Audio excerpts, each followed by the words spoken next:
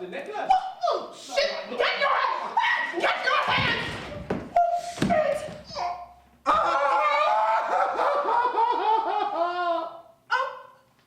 Venus's Daughter shines a light on pop culture's fascination with the Black woman's body, stemming from the story of Sara Baartman and the human zoo exhibits of the 1800s all the way to the present day. The images, all the documentation that they had from her posters in 1810 in London, England. And I saw the picture of these bodies and I was like, oh, that looks like my body. There was nothing, they were treating it as if there was something so abnormal about the shape of this woman's body. And I think that for me was what triggered me into researching and then coming to the story and realizing how important this story was to tell. The Black voice, it's one of those crazy things to talk about.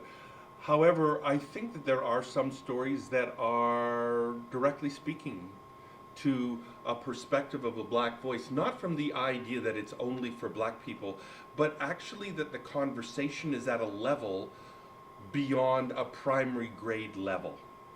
Because most of the times when you're doing these kind of universal stories, they're all kind of elementary school level. And this story is not that, because Black people actually know a lot of this stuff.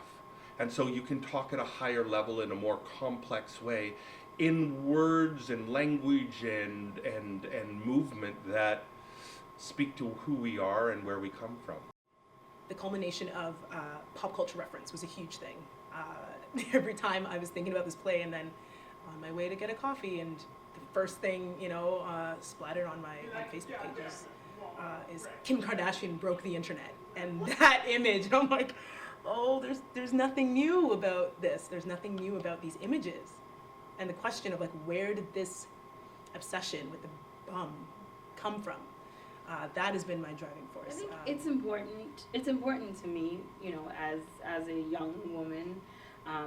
This play sort of explores so many different experiences and different things that we go through as young women, and I think it's important now, today, to have a piece like this out there, just because of so many things that women see in the media about bodies and about what we should look like, and it's rare to see the Black woman, the Black woman's experience of those issues and those things. What I really hope is that people start to take